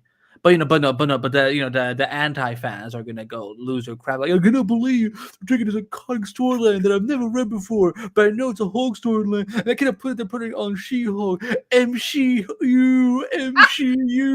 I cannot believe it. I love the voice. Man, this is some bullshit, man. This is woke nonsense trash, man. Fucking woke MCU. I have no idea what you're talking about. But yeah, it's but it also like I don't feel like they're doing a good job with the Hulk right now, like in the MCU, just in general. Like I feel like he's been just disappointing in the last couple of things. Like even like I don't think I like the Professor Hulk thing. Yeah, it's very divisive. Could Hulk be in Cap 4? I think it's possible. But probably not. Well, yeah, I mean, his arm is depends on what happens to She-Hulk, right? Because we know he's off to Scar. He's off there. He's off going back there. So does he show back up? Like, what's happening? So should we explain this? MCU. Okay, so there are a bunch of man babies out there who think the MCU has now gotten too woke and too SJW, but they also think that because there's been a lot more female-led projects, like She-Hulk, Black Widow, Hawkeye, and so on. And Miss Marvel, and the thing they're doing with the Marvels movies and so on. They think the MCU is now the MCU. They're calling it's too female. Now here's the thing. It's perfect. They're perfectly fine with it when the women are sexualized characters just there to please the male ego, but when they're actually being like main characters of their own stories, it is woke, it is feminist, there's an agenda, it's liberal, you name it. So that's why, like, for example, one of the scenes that some of those people hated the most in Avengers Endgame was when all the women had just one scene, one shot of all the girls coming together and taking on some of Thanos' army. And yeah, it is. I wouldn't be surprised because I've been theorizing this for a while. I don't know, but I think they may be setting up A-Force, which is the female Avengers team, essentially A-Force, because you have She-Hulk, and you're like in Miss Marvel, like you're introducing, of course, Captain Marvel, like they're introducing a ton of female characters right now that could make up a version of A-Force. Let me see. Let me see who's on that team and see how many characters we actually. So good. We have Captain Marvel. We have Medusa. We have She-Hulk. We have Nico Monroe. We don't have Dazzler yet. We don't have. Actually, no. I'm gonna go to Marvel Wiki. I'm gonna share my screen. I'm scared right now. Are you gonna kill us? Let me move it over here first. There we go. Okay, that's better. Share screen 1. Allow. So there's like like that's A-Force number 1, like all those characters. Yeah, I have that book actually. It's actually pretty good. Yeah, so they could definitely do a lot with this. Let me actually make this bigger. Oh, let's make it smaller. Oh, a little bit better. Yes, I mean you have a ton of characters. You have Jean Grey is in there. Spider-Woman. Obviously, there's a lot of characters in here that have not been like Storm, Rogue. There's a ton of female characters that are not officially introduced yet in the MCU, but I think they may lead to A-Force. Like, I wouldn't be surprised if A-Force pops up after the Multiverse saga, because there's a lot they could do. Because we have Cassie Lang. We have technically we're gonna have Domino thanks to Deadpool 3. We have Wasp. We have Elektra. So they could do a version of this and call it A-Force, because like, look, they're all about team ups now. Because see, they're doing Thunderbolts, which is not too surprising, but at the same time, it makes sense now. If they did Thunderbolts in the first 3 phases, it'd be so like, what? But it makes sense now to do Thunderbolts. So I wouldn't be surprised if this happens in phase 7 or phase 8.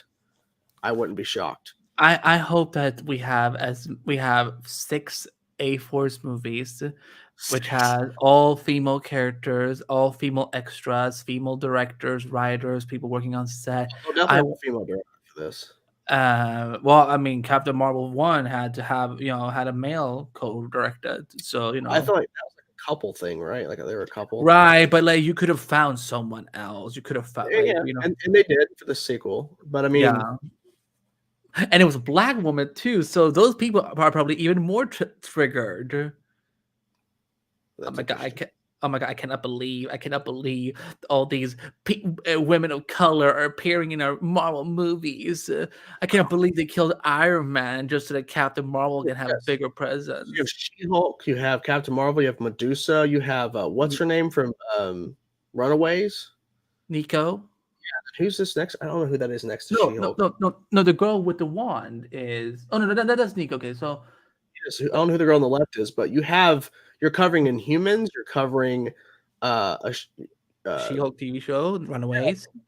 Runaways. And of course you're covering Captain Marvel, who is a big presence in the MCU now. I don't know who the girls on the left, but I mean, literally, that's.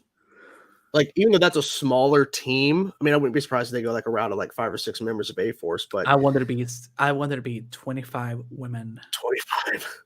25 women heroes. I want those nasty fanboys to get. And the thing is, they're gonna go see it and just love it. That there are like, I mean, there's some of them are probably gonna be like very, excited, if you know what I mean, to see women, but then also they're gonna call it a political movie.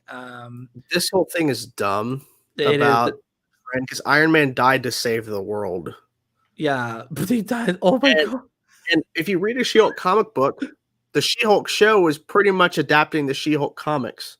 She-Hulk storylines in the comics for the most part. I cannot believe they're following the comic. I'm so upset with it. I cannot believe they can't make their own original story. But then there were going to be people being like, why they don't do like the comics? Well, the comics are like, that's what she would do in the comics. That's what She-Hulk mostly is, a goofy character with weird storylines, and it's not taken seriously. And someone pointed this out, that when there was a arc that happened for She-Hulk that was a serious storyline, it didn't do well. And when they went back to She-Hulk actually being a goofy character in the comics and going back to what is more well known for She-Hulk in the comics, the comic sales got better because they didn't like the character being serious. And people, of course, they wanted to compare to like Better Call Saul, a serious drama lawyer show. It's like, that's not She-Hulk, guys. She-Hulk was never going to be a serious character. Like, they established that in the first episode. You see how she is. There's no way they were going to go the route of She-Hulk being a serious show or a serious character. It makes no sense. Mockingbird is also part of the team. Yeah, like there's a lot of characters they could pull from. Yeah, like I want to see Adrian Palicki back as well. They could literally set up for the next 2 or 3 years other female heroes and then keep developing on the ones already established and lead to A-Force. They could do that. And I want to see the female version of Kevin Feige, Kelly Feige. Kelly Feige. Who's so weird the baseball bat and so wait, hold on. Find Kelly Feige. Oh, Big Bang Theory Shelter. Thank you for the super chat. I just saw New Rings of Power. That's good. Glad you liked it. Yeah, unlike this hater. I'm not liking the show that much. Sorry. Yeah, you just hate it because it has people of color and women on it because it's woke. You're just angry. Yeah, I'm tired of the M. I'm tired of the ring she power. Ring she power, or whatever the fuck they call it. Oh my god. Oh my god, that's so funny. Thank you, Shelter. Oh my god, that's so funny. Hold on, I'm gonna do something funny. Give me 1 second. I have to do this. Photoshopping Kevin Feige into a woman. I don't know how to do Photoshop though, Jordan. I don't know why you're giving me. I don't know how to do Photoshop. Well, actually, we have access to Photoshop in my class, but like I don't know squat about how to do Photoshop. By the way, I want to say thank you everyone for last weekend.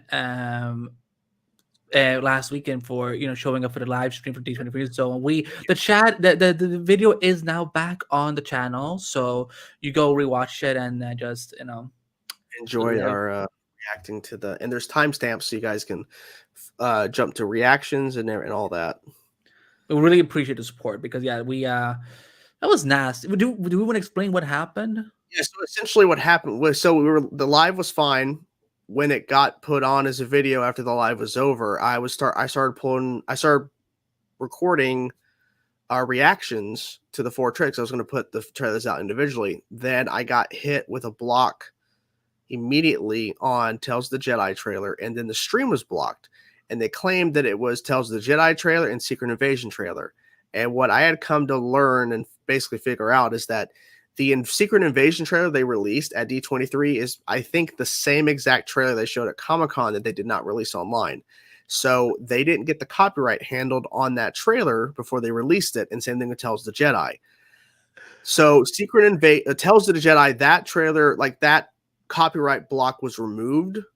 Even though I disputed it, they didn't remove the Secret Invasion one until literally today. So now the video is completely monetized and back, even though it's not going to make any money for monetization in terms of ads. But it took them that long to finally fix the copyright issues. It was ridiculous.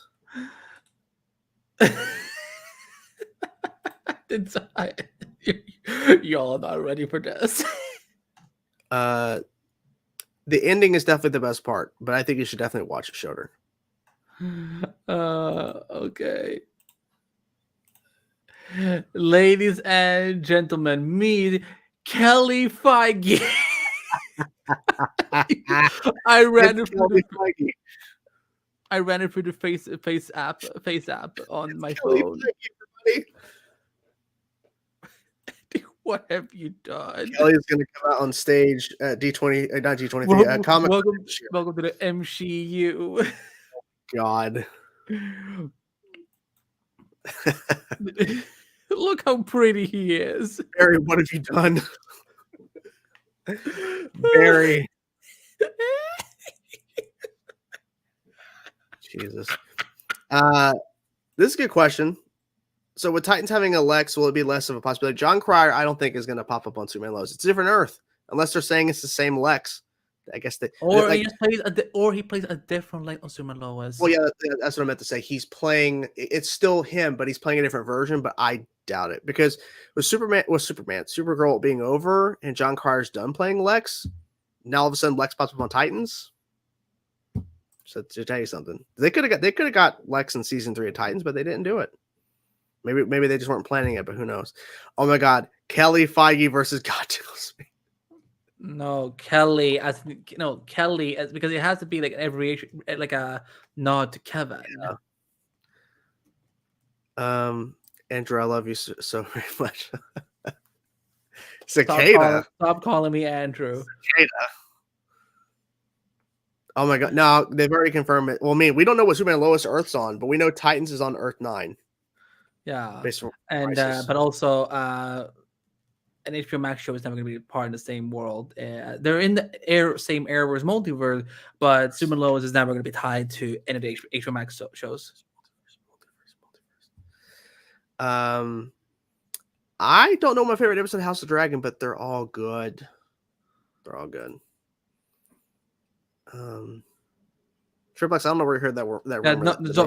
Don't bring that up. I don't know where you heard that rumor from. No idea. That doesn't make any sense.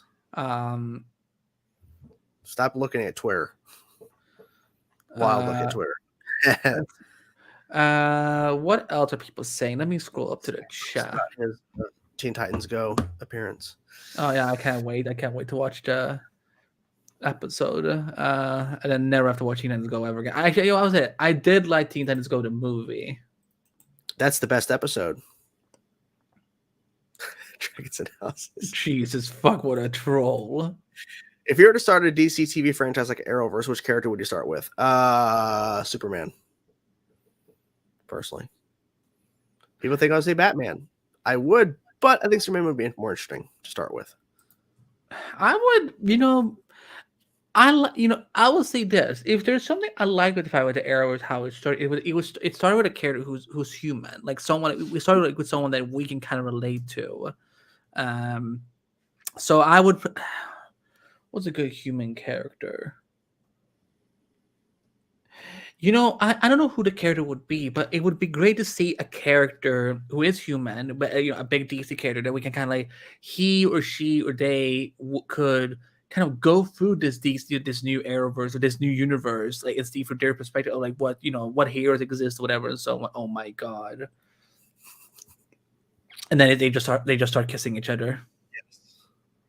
I'm from the future. House Dragon season 2 will be called House of Sazlam. I mean, we could start Green Arrow. I mean, if we're gonna go human, I would say Batman. It's me. I don't know, I'm trying to think of someone that would be kind of like you know what? The Question. Oh, okay. Interesting. I mean, and we do with Renee Montoya, not the white man. Just to piss off the racist people out there. She. The D she. That's what it is. Instead of DC, it's D she.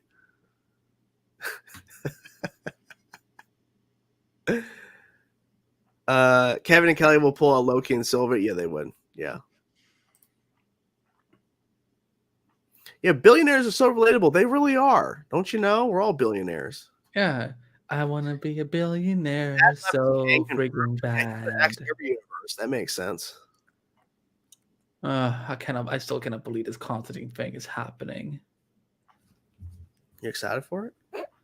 Yeah. If they put in DC characters in it, I don't know. I'm like, what the fuck is the point? They did put DC characters in it.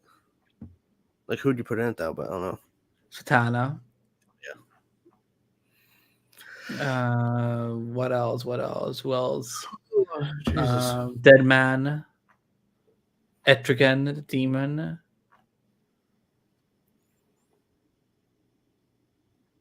But yeah, it's Dynasty ended tonight.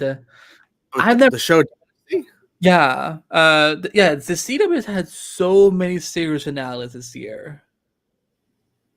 I had no idea. I think I don't pay attention to that crap, so why would I care? I don't care. I mean, I do think the lead character is funny. Back when like a few years ago, my mom she watched the original Dynasty show and she liked it. So when I showed her the trailer for the new one, she looked at it and she said it in Farsi like garbage. But I do like the lead actress though. I've seen clips of her on that show and she is pretty funny. Let's do it. Yep, and then hell will freeze over. There you go.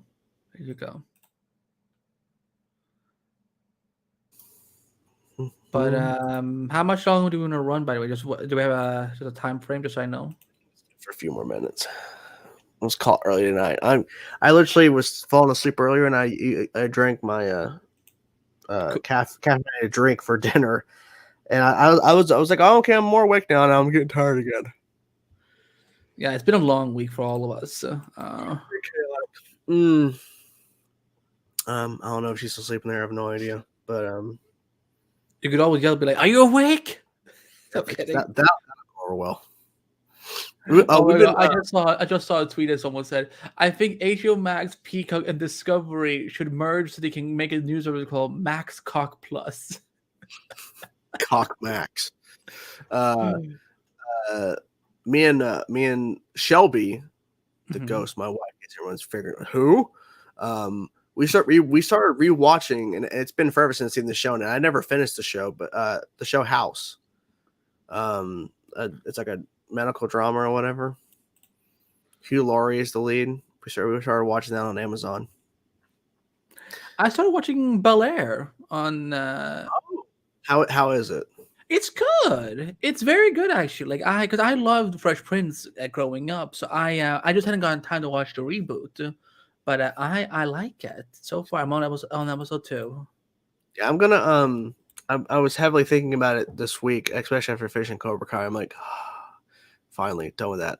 I loved it, but it's just a lot of work to film and edit. So I was like thinking about shows that I want to catch up on. I want, Kelly Feige. I was thinking of, because I think I stopped on episode 7. I was gonna continue Harley Quinn. Watch Harley Quinn show, episode 7, season 1. Oh yeah, and that show did get picked up for another season. So yay, congrats to them. People were like, "Oh, you're gonna," because I reacted to episode 7 like after I stopped watching after episode 6 like a while back, and I reacted to episode 7 randomly. I probably won't because it's clear that people are not really like looking for season 1 reactions of Harley Quinn. So I'm probably just gonna watch the rest of season 1, 2, and 3, and I might react to season 4 depending on when it comes out. Because I did enjoy the show, the timing was bad. Yeah. And if you finish Euphoria, what do you think of the season 2 finale? I finished Euphoria. I'm furious that we're losing Kat. I cannot believe that season 2 did her so dirty, and now we're losing her. But I'm happy for that actress that she gets to move on to something that is clearly better for her. Lexi is a fucking piece of shit for going and doing a play about all. Like, here's the thing. I think they definitely need it. Jordan can tell, like, I'm about to go on a rant. I can fucking tell that she needed to tell them that all your drama is ridiculous. You need to get your shit together. But at the same time, there's better ways to do it as a high school play, and to like basically air all your friends and your sister Cassie's dirty laundry in front of everyone, because everyone could kind of figure out, like, wait, is this about someone we know? So yeah, I think Lexi needs to be dragged through the filth. Poor Fez, like, that dude had the roughest season. Nate is still a piece of garbage. He needs to be dealt with, but of course he's gonna get away with it. His dad is a mess, and Zendaya earned that Emmy like fucking crazy. So Jordan's like, I have Jordan has no idea. Shelby has watched I think she's finished, or she was watching it in the season 2. I don't know, but I know she enjoyed it, even though I just don't care. This is something I wish would come back. And here's the thing, and I was thinking about this in terms of a news thing, but it really isn't news per se, like in terms of a topic for the show, but they're putting the first season on Disney Plus next month. And I'm thinking, because the rights have been all over the place with this show, because it's a Sony Marvel, now Disney, because Disney owns it now, Marvel, but it was a Sony Marvel collaboration where Sony was kind of the ones making this animated show. So it going to Disney Plus is very interesting. Now, obviously, the second season's not going yet. Yeah, but probably in a few months. Probably. It went to Netflix. People were like, oh, what? It's on Netflix. But see, Sony had that Netflix deal, so that's why. And I'm guessing it's still going to stay on there. But the fact that they're putting the Spectacular Spider-Man on Disney Plus, like the first season, I'm not saying anything. Because I don't know shit. I'm just saying the chances of a continuation is very low, obviously, because of all the rights and everything. But going to Disney Plus, that's significant, because I thought it would because it was a Sony produced animated show. It is still a Marvel show, but it was Sony's side of it that was doing it. Doesn't Greg Weisman didn't they bring back Gargoyle on Disney Plus? Well, it's not brought back. It's on Disney Plus though. Because it was a Disney show. Now they're doing comics. They're doing new Gargoyle comics. Okay. So that's interesting. But is it being published by Marvel? I don't know. You can look it up. I don't know if they are. If they are, that's interesting. But I would say that the rights are all over the place. And someone brought it up in the chat earlier about Zaza better not axe Young Justice, guys. Yeah. So they're cutting animation. It's it's not looking good. So he's free. I'm not saying they would do it. I'm just saying, like, going to Disney Plus, that's a very different thing than Netflix, because that would be the place to do it, I would think. If you're going to do it, would be Disney Plus to bring back Spectacular Spider-Man. I could be wrong. And I know we're already getting a Spider-Man show already on Disney Plus, from Marvel Studios. Never know. Never know. I don't know. I'm just getting excited. Are you asking me if I know something, or what are you? I'm assuming you don't know anything. Maybe you do know something. I don't fucking know. But I feel like about Spectacular Spider-Man season 3. Yeah. No, I have like that. I haven't heard anything of that. But I would say, with this sense though, I think that, for example, because we know that they're trying to make that Silk show for Amazon. It wouldn't surprise me if Disney Plus and Sony sign a new deal, and maybe they will start making Spider-Man shows on Disney Plus. Now, if it's an MCU or not, I don't know, but like I could see that happening now. I mean, yeah, like they just play one big season, 1 and 2. Oh wait, so they're just putting it on as one big season? That's so confusing though. What the fuck? Yeah, but so the thing is, with the whole Netflix thing, I could see them. But then again, that Netflix would have to get the rights to do an animated, because right now Marvel is the one who can do animated Spider-Man. They can do whatever they want. Sony live action, but this is like a situation where there's a lot of characters up. And when I talked to Joshua Fine about it for the interview, and then off camera, like without getting to too much into stuff he said off camera, but he was basically saying this is a very different type of rights situation than, say, like Avengers Earth's Mightiest Heroes or Wolverine and the X-Men, where it was a Marvel animated show under Marvel. This Spider-Man show, Spectacular Spider-Man, was under Sony. Like, it was a whole thing. So I would,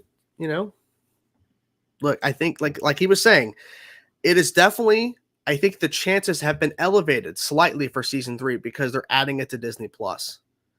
Like because Marvel has the rights to animated Spider-Man, and they're putting this, and the show is going to do very well when it gets added to Disney Plus. Because I'm assuming, because it definitely went up in the trending charts for Netflix when it got added to Netflix. So they're going to see the numbers. They're going to see how well this is going to do. I think it's going to do pretty well when it gets added to Disney Plus. So we'll see. Because I think the animation of Spectacular Spider-Man is way better than anything we got like in the later years. Like Ultimate Spider-Man is fine, but like it's definitely on the level of Spectacular Spider-Man. And the thing is too, like, Greg Weisman, he's worked with Disney before. He's made stuff before, of course, Gargoyles. It's possible. It's possible they could do it. Oh, Jennifer. Sorry, you click on it. Sorry. Okay. I stayed home from a Mets game. Awesome. You look like you just didn't. But no, I was freezing. I needed a shirt. I needed. Yeah. No, I slept well. I slept well. If they were to do season 3, it'd probably be 13 episodes again per season. They probably would go that route. No. 18 episodes. Yeah, Kevin Feige, 18 episodes. I might react to Gargoyles one day. It would just depend. Would depend. Best Cobra Kai character. I mean, yeah, Stingray likes Metallica on Cobra Kai. Yeah, he's mentioned Metallica several times. Yeah, that guy's. I like Stingray. Ooh, favorite super voice actor: Tim Daly or George Newman? Tim Daly. I like Tim, but I mostly like George's voice of Superman from Justice League. But that's just me. I think Tim did a great job. And obviously, like that show, synonymous. Everyone knows it, just like Batman animated series. But I don't know. I like George's voice. I don't know why. Like whenever I think of Superman's voice, like for like an animated sense or a comic book, I hear George's voice over Tim. I mean, for me, when I read comics with Superman, I mean, I hear Tom Welling's voice, but that's because that's what And then you should change your profile to Kelly Feige until January 1st. That would be a great birthday wish for me. Sorry, cannot do that. But I will happily throw up that image here again. Kelly Feige. Jennifer, doesn't Kevin Feige look beautiful as a woman? It looks beautiful. 10 out of 10. Yeah, my favorite Metallica song is To Live Is To Die.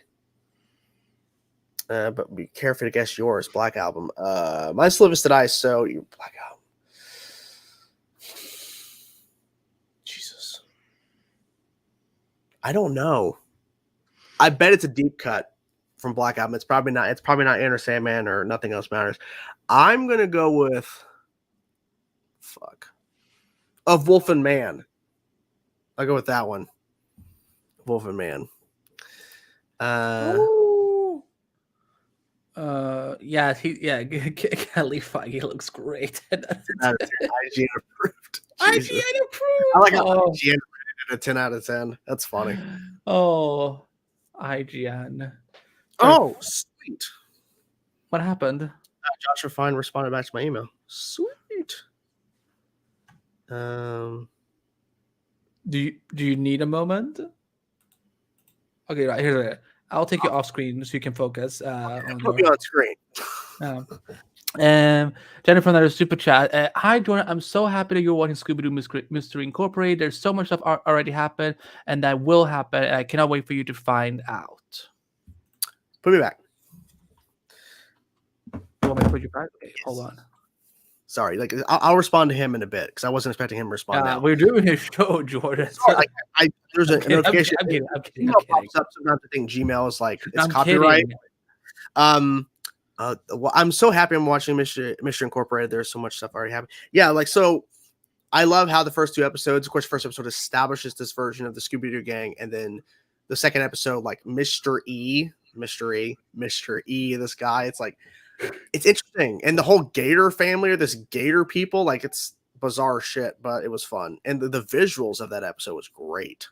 But yeah. So another Josh interview. So we were thinking of doing a live stream. We have to set it up sometime in October, maybe. But we're thinking of doing a live event, not like an actual interview. Where maybe do like a live stream where I'll promote it, and we'll be live with you guys. So you can ask him questions. Obviously, we're gonna be nice, guys. Don't get crazy and shit. But I think I'm gonna leave it to where you guys can ask your questions to Josh, so you can talk to him and actually ask your stuff. Because I could sit there and talk to him all day, but like you guys should get a chance. It goes insane. Well, I'm ready for it. Another song in the Black Album. Struggle Within. I don't know. Sad but true. Sad but true. You like Metallica, don't you, Andy? Yeah. I love when I used to play Guitar Hero a lot when I was in my teenage years, and like I played a lot of Metallica songs. Okay. Okay, what's your favorite Metallica song? That's the question. Oh, That's the question. Let me check my playlist because I need to remind me because I haven't listened to it in a while. But I do like Metallica. Like I haven't listened to some of the more recent. You should. Nothing Else Matters, Jake. I want to be a deep cut. All right, never mind. Let's see. It's not on my playlist anymore. What is this?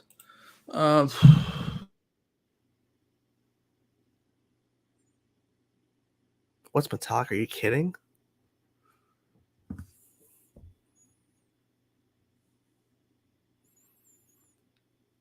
You're muted.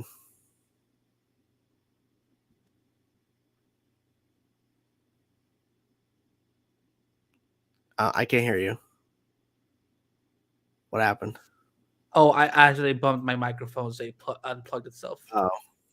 I like Master of Puppets. I like One. I like let's see.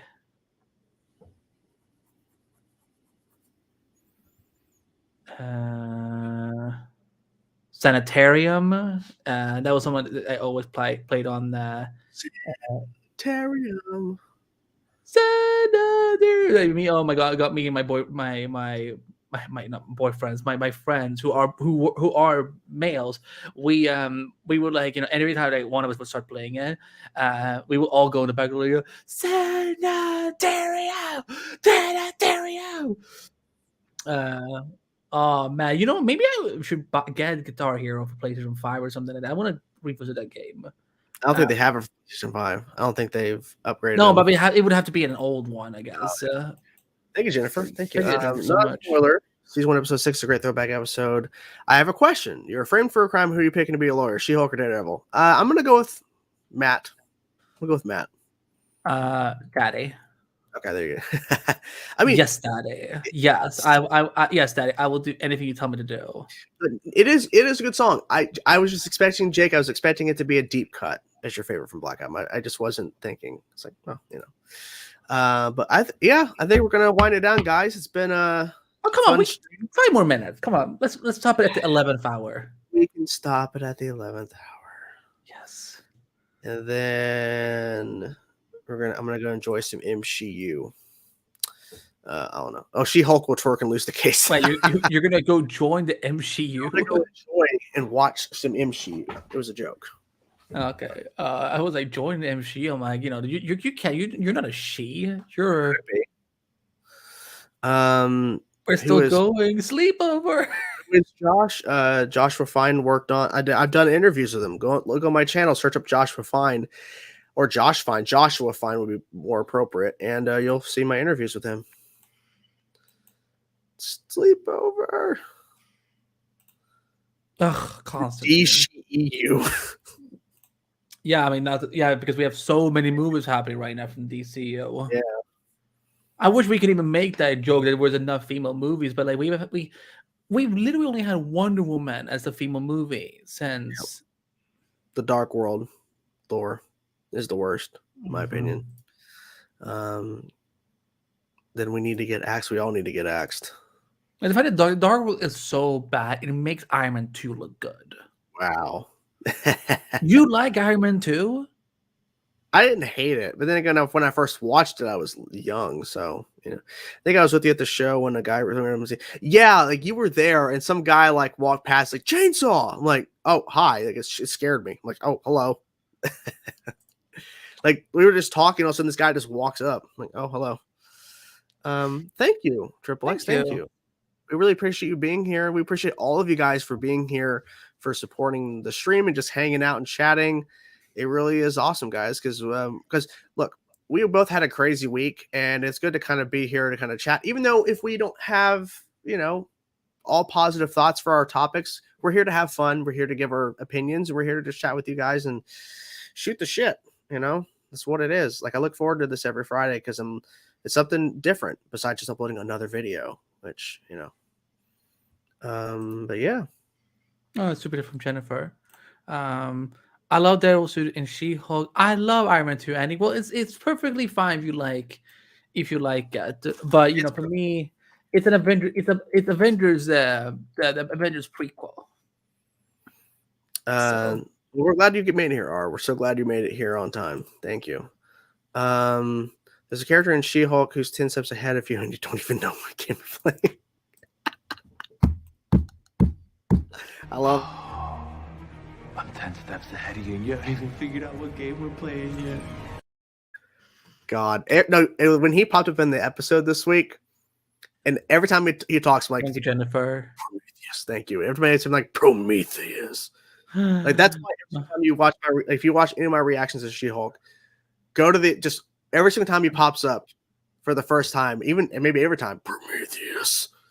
Because I just can't help myself. You're typecasting him. You're all he can play now is Prometheus for the rest of his life. He's playing a good guy, unless there's like a twist. He's 10 steps ahead again. He tells She-Hulk at the end of episode 9, he's revealed to be the real villain of the whole show.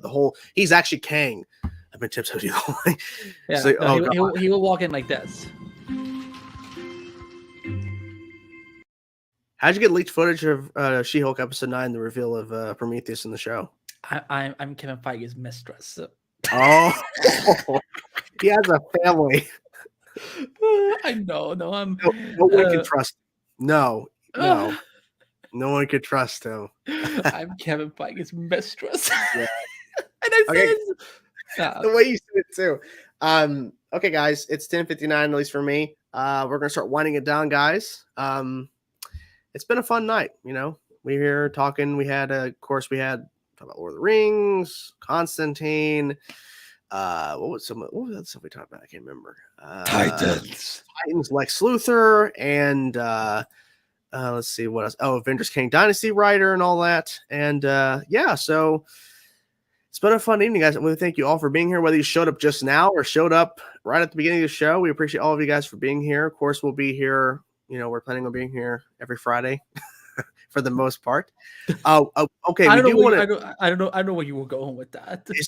Is it the 14th of October, correct? Yes.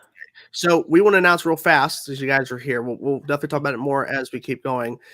But on October 14th, we are doing officially our Gotham retrospective on that date, October 14th. So you guys will have time to watch Gotham either on Netflix before it gets off at the end of the month, or it's switching over to HBO Max September 30th. So on October 14th will be our Gotham retrospective episode. I'm sorry, but it looks like Selena is wearing the Earth as a little like top hat. Yeah, it's like a little hat. She's rocking. Look at Cam. Because I just finished Shameless and just knowing. No, but it's like he looks just like so like I'm so happy to be here. But everyone is just like XD. I'm so happy to be here. I know people are gonna be asking like, why did I pick like why are certain characters not on this like Penguin or Riddler? It's like at a certain point it's gonna get too clustered, and that's why I went with the assortment of these characters. And of course, Bruce has to be in the middle. We have to have Bruce. Yeah, but yeah, he's Batboy.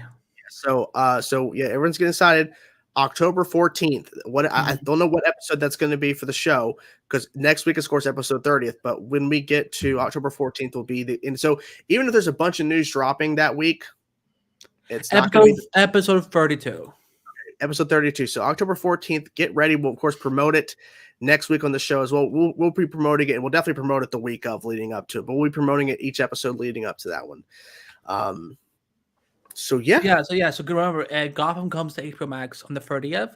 So if you want to rewatch it, I understand if it's to watch all 5 episodes, all 5 seasons, but if you want to rewatch some of it and so on, do it, I think we'll be here for like a good 2 hours on the talking about it.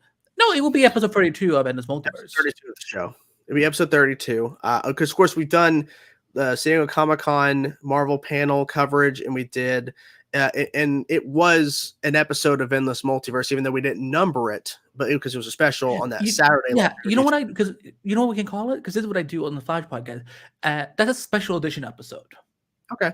Yeah, so those are special editions. This is going to be taking place of a regular episode. Now, look, if there's a bunch of news that drops that week, we do apologize. We don't know we don't know what's going to happen. We just know that we want to give people enough time now to start maybe watch some stuff on Netflix. When it goes to HBO Max September 30th, you have time then to watch some stuff over there to get ready, because we're going to be covering some characters, some storylines, and particular moments of the show in the first half, and then we'll get to your Gotham questions and things and we could do maybe, depending on how that week looks, if there's a lot of news that like there's big news especially, we could do like an impromptu live stream maybe in the weekend or before episode 33. We can come back and kind of like, here's some things we catch up on and talk about, and then we get to episode 33 the following week.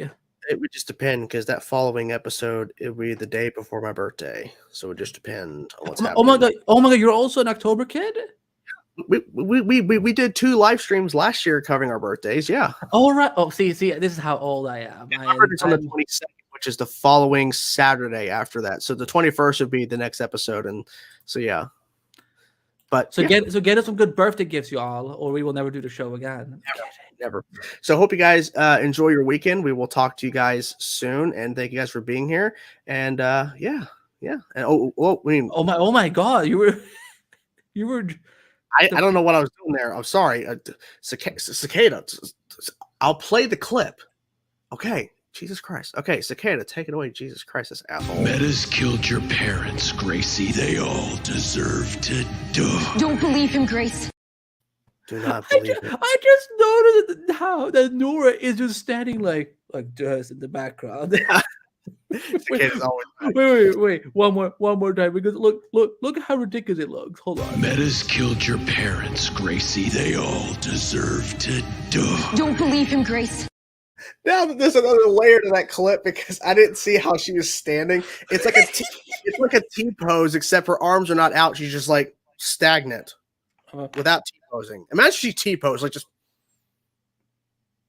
Don't believe in Grace. Wait. Can you do a frame me? Just frame me. Oh, Frame me.